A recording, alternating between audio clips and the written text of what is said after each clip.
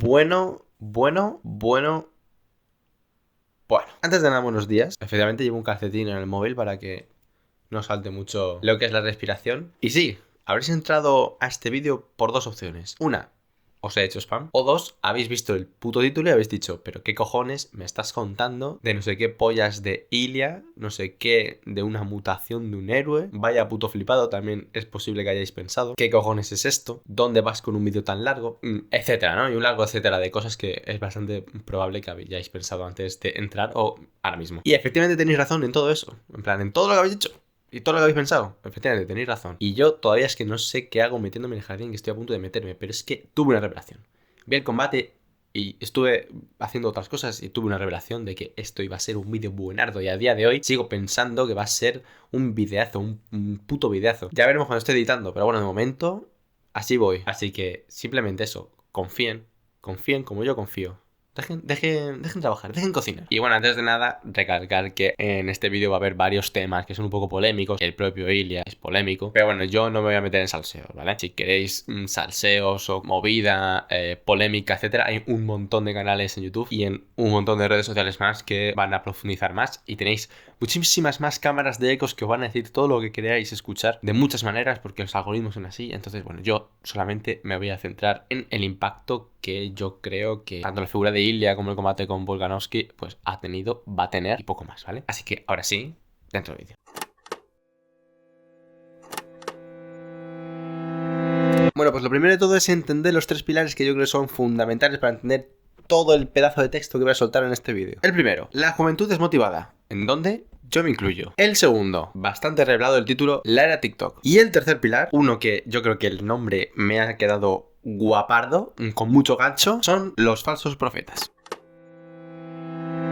Bien, pues como dijo Jack, vamos por partes. El primer pilar, quizás el más importante, si me preguntan a mí, que es algo así como los cimientos, la base de todo, y no es más que la juventud desmotivada. Y vale, puede que el nombre que le haya puesto no deje mucha interpretación, pero ¿a qué me refiero exactamente con eso de juventud desmotivada? Porque es un poco general. Vale, antes de nada quiero concretar una cosa, y es que en juventud podemos meter muchísimo rango de edad. Y yo, en este vídeo, a los que me voy a referir sobre todo, es en los nacidos entre el 2000, 2004, quizás 2005, algo así. Básicamente porque es el entorno que tengo yo más cercano y es pues con el que puedo hablar con más seguridad. Pero bueno, como veremos más adelante, se puede aplicar a las generaciones que vengan. Bueno, pero entonces, ¿a qué me refiero con esto de juventud desmotivada? Bueno, pues básicamente es porque yo como persona que está dentro de este grupo de jóvenes veo a mi alrededor, y yo mismo lo he vivido, un sentimiento, una falta de interés, de ganas, una desmotivación enorme prácticamente para hacer lo que sea. Y no estoy hablando de ser productivo, de tienes que estar todo el tiempo haciendo algo que merezca la pena, levántate pronto y haz más cosas y bla bla bla. No estoy hablando de eso. Me refiero a no estar motivado para hacer cosas que te encantarían hacer o que verdaderamente van a sumar a tu vida de alguna manera. O no sumar, sino que creas que lo vaya a hacer. Yo qué sé, es que puedes meter lo que se te ocurra. Dibujar, leer, ponerse a estudiar antes de tiempo, que siempre es como algo que dices, voy a hacer esto y luego no haces una mierda. Aprender a cocinar y tirarte, si hace falta, 1 hora y media para hacerte un turbotanque de macarrones tremendísimo. Yo qué sé, lo que sea. Y es de verdad algo tristísimo ver que esto suceda y sucederá en personas de tu entorno, ya sean más o menos cercanas a ti, pero es que aún peor es verlo en ti mismo. Joder, a mí me ha pasado y encima entras en un bucle porque te desmotivas más y eres el puto Sísifo con la roca de los cojones, hermano. Y yo, cuanto más pienso en el tema, más veo que este sentimiento aumenta solamente, en ningún caso disminuye. Y joder, no creo que sea solamente una cuestión de estar motivado o estar desmotivado. Es jodidamente absurdo pensar que vas a estar motivado el 100% de tu tiempo. No puedes pretender estar siempre motivado, eso está claro. La cosa es qué haces cuando no lo estás. Y es donde yo veo una especie de dependencia a esa motivación, a esas ganas de hacer algo. Y que no pasa nada, repito, si un día o dos o tres o los que sean no te apetece hacer una mierda. Te apetece quedarte con TikTok o comiendo de las uñas, tocándote los cojones, el coño, lo que te salga de los huevos. Si está bien, eso está bien. La cosa es dejar de hacer pasiones por falta de motivación, por falta de ganas. Ganar frustración porque no te sale algo que ni has pretendido ponerte con ello. Decepcionarse con uno mismo. No sé, me parece terrible. Y aunque sí creo que cada uno es responsable de sí mismo en algunos aspectos, como por ejemplo en el de llevar a cabo ese trabajo individual, de reflexionar sobre uno y de tratar de cambiar las cosas que quieres cambiar y que se puedan a nivel personal, no creo que únicamente sea nuestra culpa. Y es que si no, no le estaría pasando prácticamente prácticamente a todo el mundo, aunque sea la persona, sería una palabra bastante fea, más disciplinada. Que vale, a ti a lo mejor Manolo 32 barra baja pues no te ha pasado nunca, y a mí personalmente me la turbopela. Lo que quiero decir es que si es una situación tan jodidamente extendida a la que le ha pasado prácticamente a todo el mundo, joder, tiene que haber algo más, por lo menos en mi opinión, no sé. Y entonces pues me pongo a pensar y digo, joder, somos una generación que ha crecido de putada en putada, varias crisis económicas, una puta pandemia mundial en un momento crucial, crítico, vital, por lo menos para la gente de la que estoy hablando, entre el 2000 y 2004. De repente una puta nevada sin ningún tipo de sentido, que bueno, a lo mejor no sé si no te pilló, pero a mí me pilló de lleno y fue otra mierda. Todo esto en un contexto político y con una clase política general moderna que, en fin, deja mucho que desear. Y todavía guerras prácticamente desde que nacimos hasta la puta actualidad. Y en todo esto encima, lo que sí que no ha habido ha sido ningún referente claro, ni en la vida real ni en el entretenimiento. Entretenimiento encima que ha sido cambiante, no, extremadamente cambiante. Que podemos hacer prácticamente una diferenciación de dos tipos entre el tradicional y el nuevo entretenimiento. Y todo esto lo hemos mamado desde pequeños. Y volviendo a lo de los referentes y a lo de entretenimiento, con el primer tipo de entretenimiento, un distanciamiento total prácticamente. Y con el nuevo entretenimiento, las figuras que hay de pocas, muy pocas, nulas, podemos hablar, no de referentes claros, sino de referentes decentes. Y vale, bien, vosotros me podríais decir que sí que ha habido referentes claros, como deportistas, superestrellas, yo que sé, Messi, Taylor Swift, Ronaldo, Lady Gaga, yo que sé, lo que os ocurra. Y ok, podría ser, pero es que a la vez, pues no lo creo del todo, por varios motivos. Lo primero, verlos súper lejanos, muy lejanos. Lo segundo, verte reflejados en ellos es prácticamente imposible, es un trabajo duro. Y por otra, porque todos estos ejemplos que se nos pueden ocurrir verdaderamente nos pillaron pequeños, no nos pillaron en una época importante. Y además, y sobre todo con estos ejemplos mencionados, que bueno, me podría servir para cualquiera, me parece que son ejemplos como muy polarizadores y muy excluyentes. Y esto último de excluyente, pues no es algo malo per se, ni algo que impida que pueda ser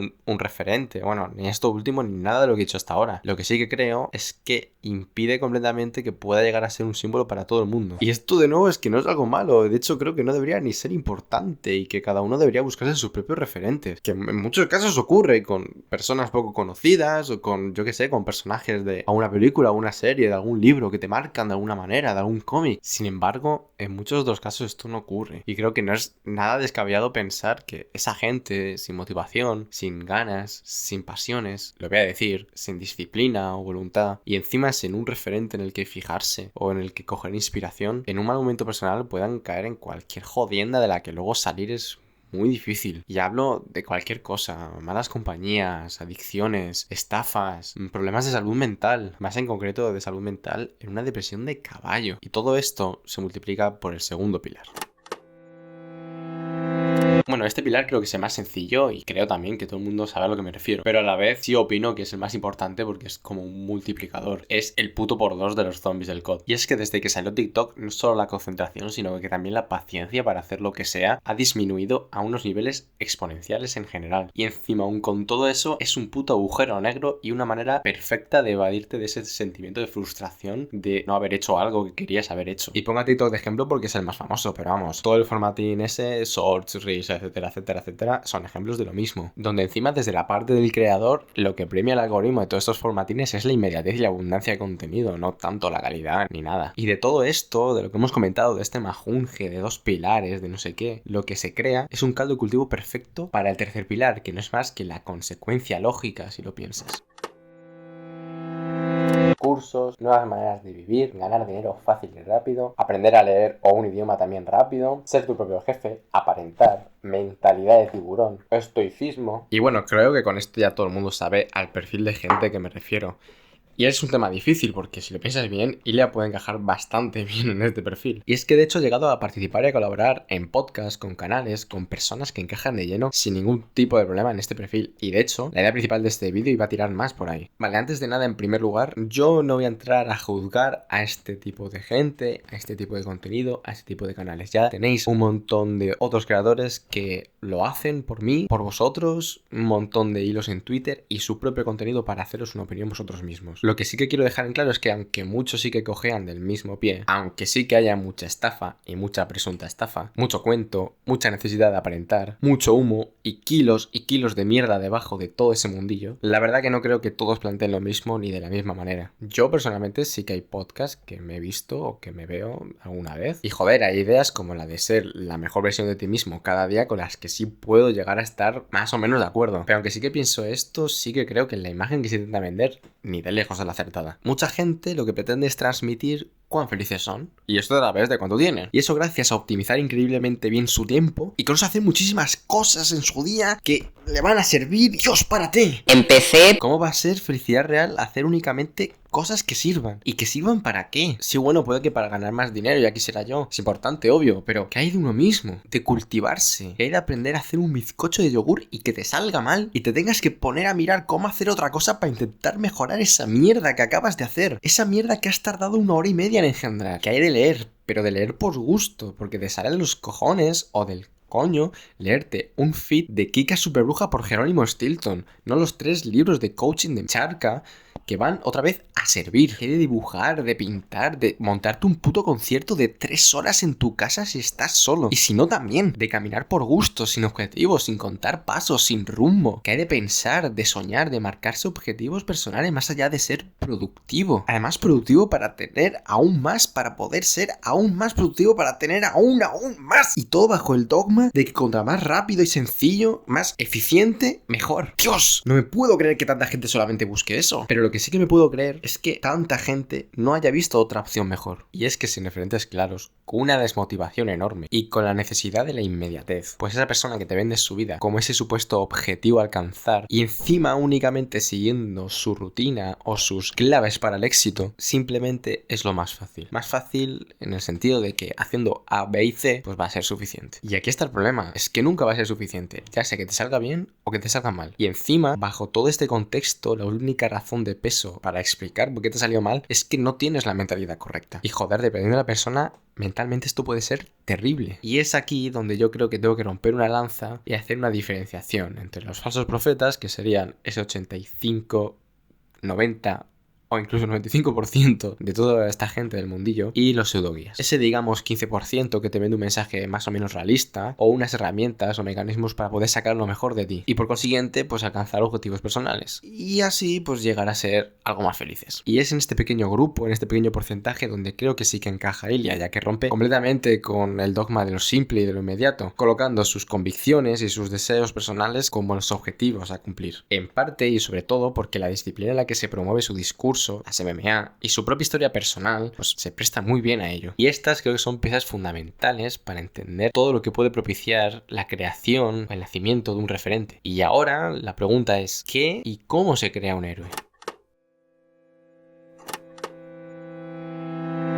Bueno, pues lo primero de todo es que desde siempre en la ficción de las diferentes civilizaciones, pues mitos, leyendas, etcétera, han surgido figuras heroicas, ya sean de seres parcialmente humanos, como semidioses, o de personas, seres humanos, normalmente, en donde esta figura, este personaje es capaz de hacer lo que sea en pro de un bien mayor. Todo esto compone al héroe clásico, una figura muy maniquea que diferencia sin ningún problema lo que está bien y lo que está mal. Y lo interesante aquí es que todas estas figuras de héroes clásicos eran capaces de crear una admiración y un deseo de la población por intentar parecerse en vida a ellos. Y por otro lado, y muy interesante, estas figuras eran capaces de crear símbolos, por ejemplo, que eran muy necesarios para una vida en sociedad, pues como puede ser la lealtad, el altruismo, la valentía, y no solo símbolos de esos valores necesarios para una vida en sociedad, sino que también eran capaces de crear símbolos de esos valores necesarios para un buen desarrollo personal, entendiendo el buen desarrollo personal como alcanzar la felicidad, que quede claro. Vale, un pequeño paréntesis que creo que es importante para cómo va a desarrollarse el vídeo. Y es que en esa definición podríamos encontrar dos tipos de héroes clásicos: los perfectos y los imperfectos. Entendiendo imperfectos como aquellos que tienen esos fallos propios de los seres humanos. Que bueno, luego con ejemplos esto lo vais a ver muchísimo más claro. La cosa aquí es que esta diferenciación entre héroes perfectos o imperfectos depende básicamente de la civilización, de la sociedad en la que surgen estas figuras. Y es que en una civilización en la cual su paradigma religioso sea perfecto, pues sus figuras heroicas tendrán que ser perfectas, mientras que en una civilización donde su paradigma religioso no sea perfecto, pues efectivamente sus figuras heroicas tampoco tendrán a serles. Vale, soy Alejandro del Futuro y editando esto me da cuenta de que pues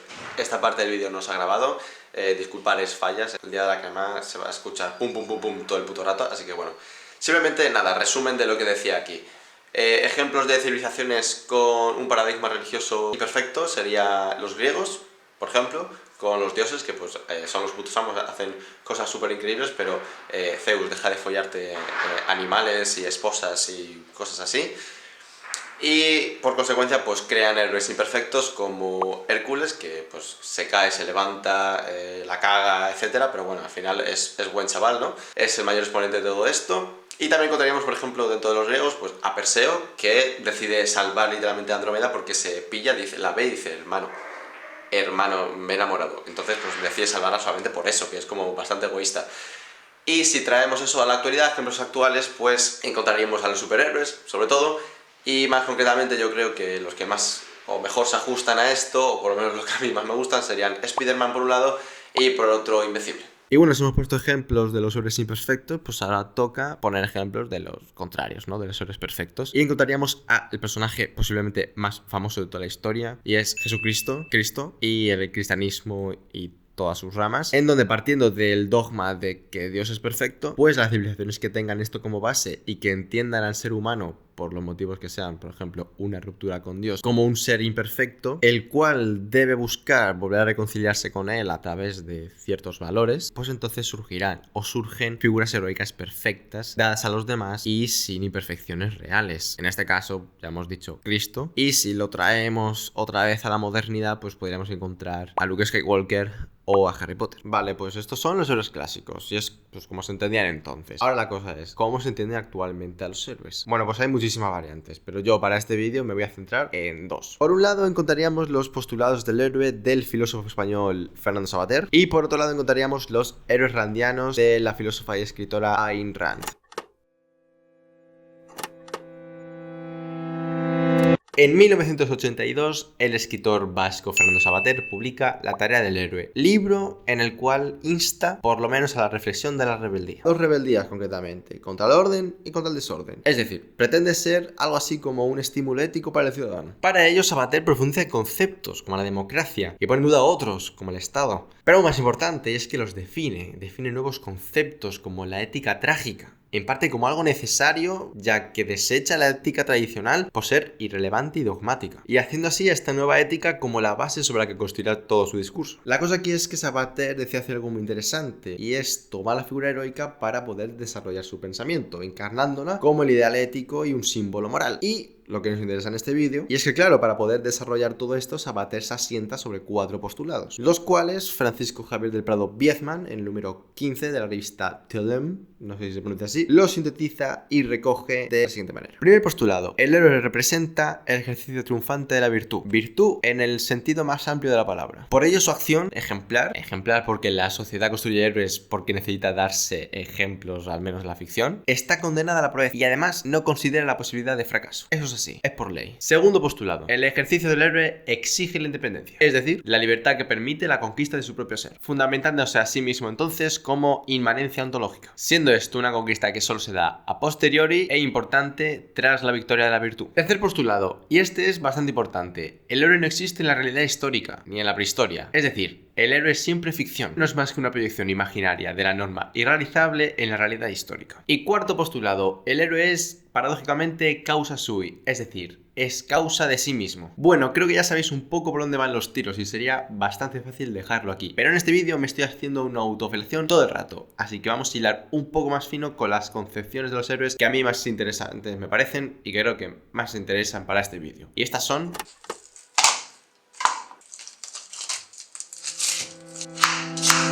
Vale, ¿quién cojones es Ayn Rand? Os estaréis preguntando. Y tranquilos, hijos míos, yo os respondo. Ayn Rand es una filósofa y escritora rusa que nos interesa muchísimo, porque a lo largo de su obra, y gracias a defender una corriente filosófica realmente apegada a la realidad del mundo común y corriente, pues que vivimos tú y yo, pues presenta una figura heroica en la que la mayor virtud que le otorga es la fuerza de voluntad, con la que es capaz de conseguir así sus propios objetivos, deseos e ideales. y, como consecuencia, la felicidad. Es decir, acaba de cargarse cualquier mitificación de la figura heroica. Ya que, vale, aunque no todo el mundo tenga una fuerza de voluntad ideal, o prácticamente nadie, es una virtud muchísimo más fácil de alcanzar, que no excluye además ningún tipo de creencia, ni ningún tipo de clase social, ni nada. O sea, por si no ha quedado claro, Ayn Rand lo que propone es que cualquier sujeto, cualquier persona puede ser un héroe. O bueno, puede llegar a serlo, quitando cualquier mitificación del héroe y, como consecuencia de todo esto, convirtiendo a la figura heroica en una muchísimo más humana. Y al ser mucho más humanas también son mucho más cercanas, con ciertas características las cuales Ricardo Rojas en su libro Héroes de la Libertad y su Ayn Rand y su filosofía para vivir en la Tierra las recoge y nombra. No involucran a terceros en sus acciones, ni mucho menos tratan de involucrarse a sí mismos para sacrificarse por un grupo de desconocidos de los que además no obtendrán ningún tipo de agradecimiento. Por otro lado, siempre se concentrarán en conseguir sus objetivos por medio de dos vías, la lógica y la razón, superponiendo estas a la religión y a cuentos paganos. Y obviamente sin dejar de lado su mayor virtud, la fuerza de voluntad. Y bueno, a primera vista, el héroe de Sabater y de Rand pues podrían parecer un poco incompatibles, pero yo personalmente no lo creo. Hermano, están las fallas y es que se escucha ¡pum! Cada vez que intento grabar, tío. Da igual la hora que sea. Vale, pero ¿por qué yo no creo que sean tan incompatibles? Pues porque lo que propone Sabater son unos postulados sobre los que se construye el héroe, o sobre los que se debería construir el héroe real. Por todo eso de que la ética trágica se ajusta mejor a la realidad que vivimos. Mientras que lo que hace Rand es define a su figura heroica y le otorga características que surgen de los tiempos modernos. Y es que hay más, hay un montón de ejemplos en el entretenimiento que juntan estas dos cosas. Y que por unir con todo lo que hemos dicho hasta ahora, son ejemplos que han conseguido trascender y que se han convertido en símbolos en el imaginario colectivo actual. Y por consiguiente se han convertido en figuras referentes para un montón de generaciones. Y si me queda sin batería ahora la puta cámara, me cago en la... todo, tío.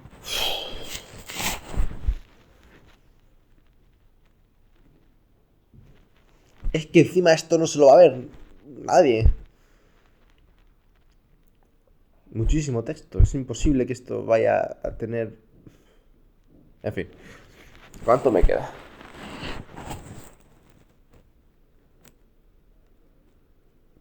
Dios mío, es que me queda un montón todavía. La puta madre. Y encima fallas.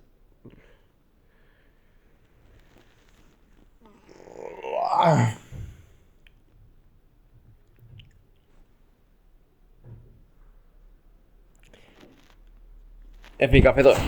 Seguro que Nico se le ocurre algo.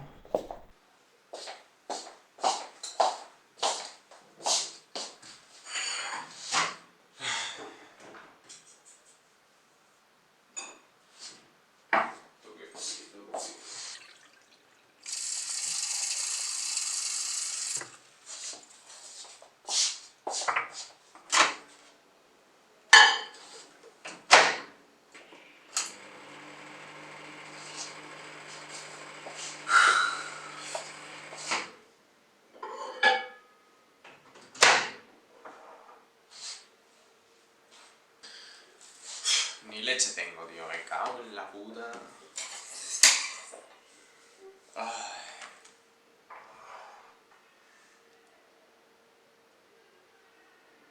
¿Nico? ¿Nico? ¿Chris? Vaya.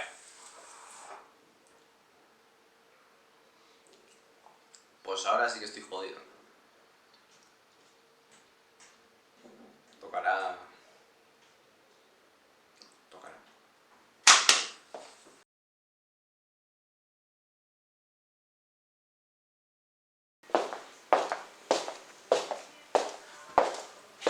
¿Qué tengo que hacer? Hola. Soy Nico, soy chaval de ¿qué año es? 2024, 20 años, poca cosa, la verdad. La pregunta. La pregunta.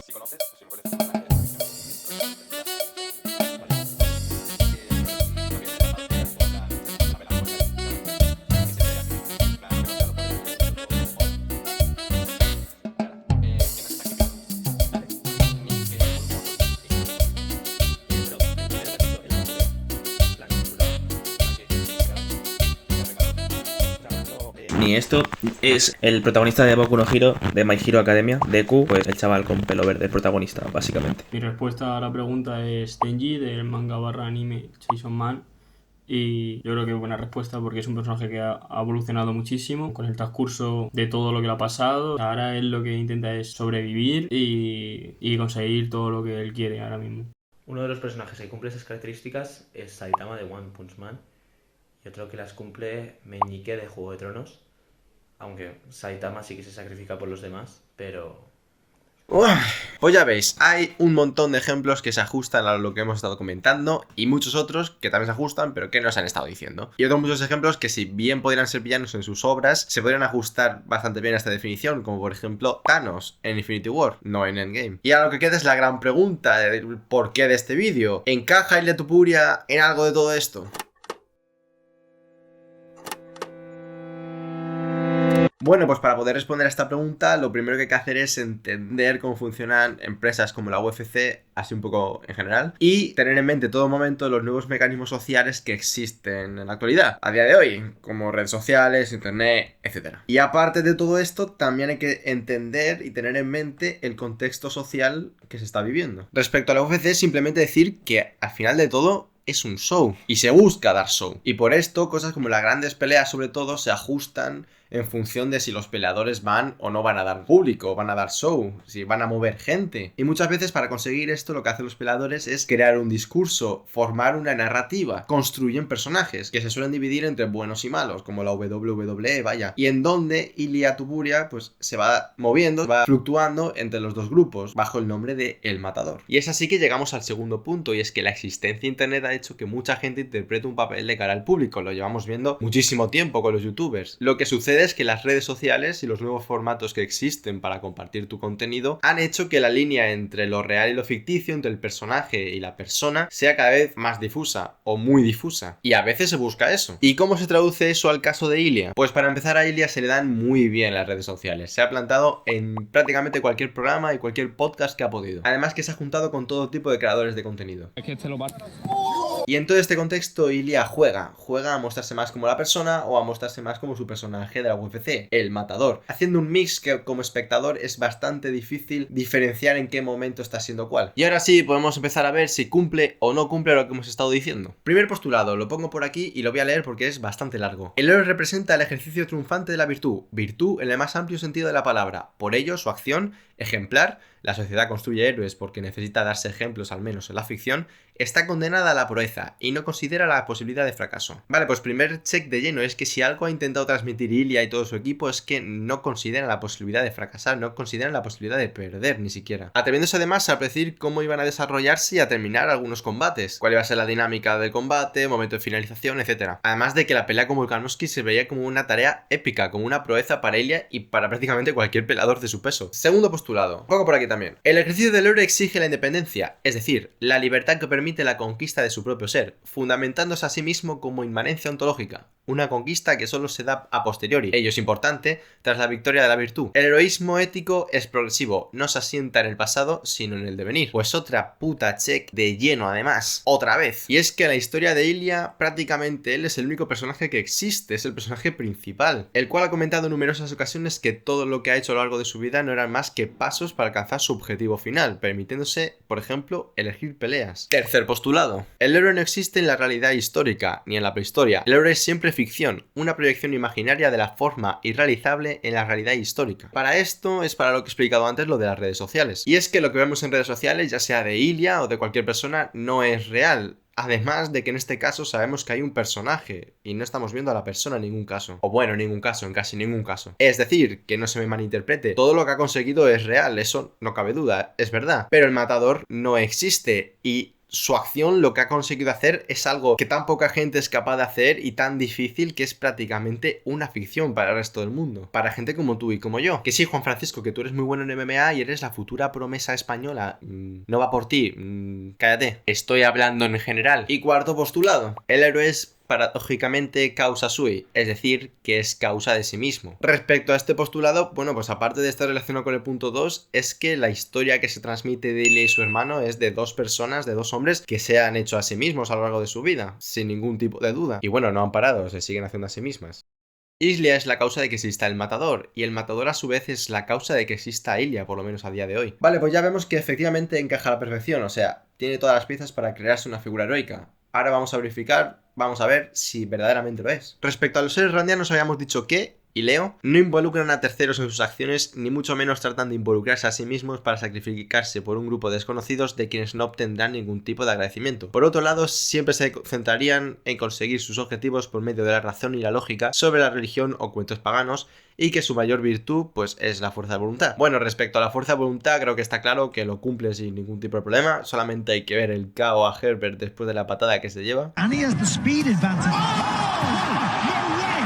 He's got to be careful here. Could have made a mistake. That was huge. And a little fence grab. Doesn't matter. There it is. He's a bloody hold of the legs.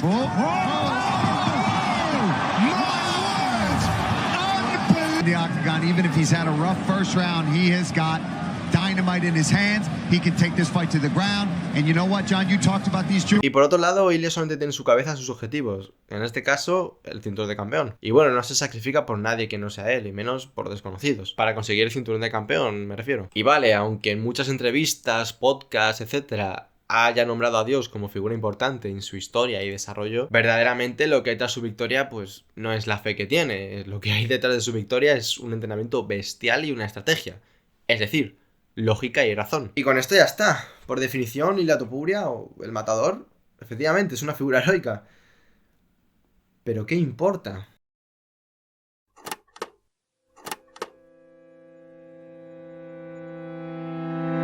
Bueno, pues la idea de este vídeo surgió en parte antes de la pelea, al ver una vez más cómo el deporte es capaz de unir tanto a la gente. Era una sensación que viendo Twitter ya me lo parecía, pero bueno, sabemos que Twitter a lo mejor y cualquier red social no es lo mejor para hacerte una idea de lo que opina la gente. La cosa empezó cuando todo mi círculo cercano y no tan cercano, simplemente gente con la que hablaba en algún momento, estaba pendiente de la pelea o se le iba a ver. O sea, la pelea era un tema recurrente. Y verla otro, recordemos que en España era a las 5 de la mañana y se alargó. Y tras verla te das cuenta, o por lo menos yo, de cómo un evento así puede marcar enormemente la vida de alguien. Y cómo personajes como Ilya pueden coger a una persona y centrarla y hacerla reflexionar de alguna manera. Sobre la vida que está llevando y hacia dónde quiere llevarla. Motivándolo y tomándolo como referencia para conseguir sus propias metas. Y también es un personaje que él mismo y su historia es capaz de generar un rechazo enorme. Y puede que de ese rechazo también surjan nuevas mentalidades, metas y objetivos, solamente por ser capaces de demostrar de conseguir lo mismo haciendo las cosas de otra manera, haciendo las cosas a lo mejor de mejor manera, según ellos. O a lo mejor no, a lo mejor de ese rechazo no surge nada, simplemente una reflexión para rechazarlo más, pero está surgiendo una reflexión, ya es algo. Y todo esto ya ha pasado antes, en innumerables ocasiones. Mismamente Rocky, que a grandes rasgos y salvando distancias tiene la misma narrativa y la misma premisa que Ilya. La cosa es que Rocky es un icono y un símbolo del sacrificio, de la disciplina, del echarle ganas a las cosas y luchar por tus sueños, sí. Pero es un símbolo anticuado que si bien consiguió marcar muchas generaciones, eso es verdad, un hecho, no se lo quita a nadie, no ha sido capaz de alcanzar a las nuevas. Lo ha intentado con Creed, Michael B. Jordan, pero pues no ha cuajado y lo único que ha hecho ha sido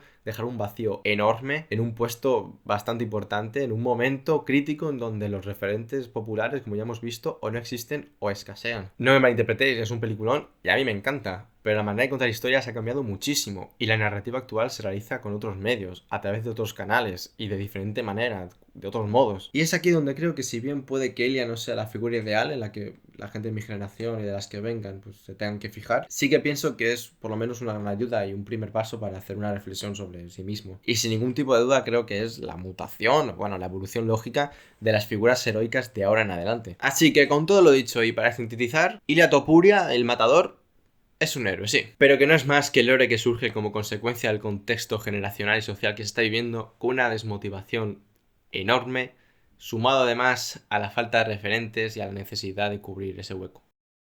Fin. ¡Cabe la puta, tío!